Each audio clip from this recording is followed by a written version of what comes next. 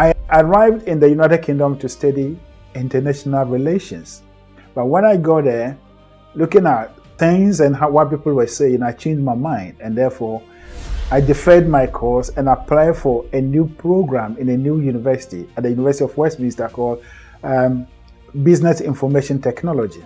And that is how I attained my Master's in Business Information Technology.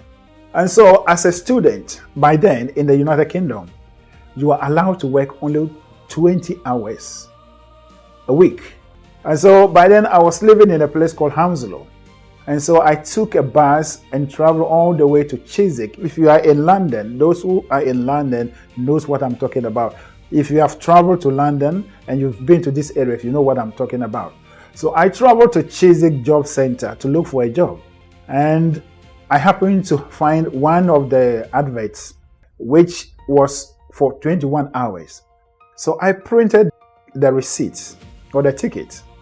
And then normally when you print it, you see the workers, and then they will help you to connect with the employer. Then they will link you and you go for the interview. And so I printed it and gave it to a lady. The lady, by then, she was just in around 18 to 20 or 21 years old. And so she looked at it and said, "Sir," and then she looked back at me and said, "Sir, this job is 21 hours. But may I know your status in the UK?" Then I said, "Oh, I'm a student." Then she said, "Sir, you cannot do this job. This job is for people who are not students."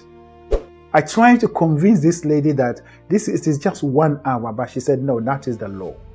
And so she took it upon herself, stood with me at the station and helped me to look for jobs that are only 20 hours. So after that, I started thinking about what I experienced. How did this girl develop this attitude?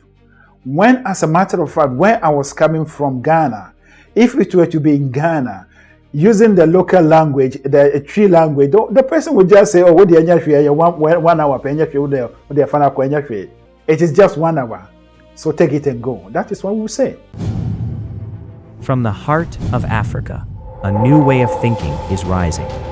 Like the eagle, we rise above limitations, seeing farther, thinking deeper, and becoming more. We are the Eagle Mentality Group, illuminating and transforming Africa through the power of thought. Join, subscribe, follow, like, and share our content on YouTube and Facebook.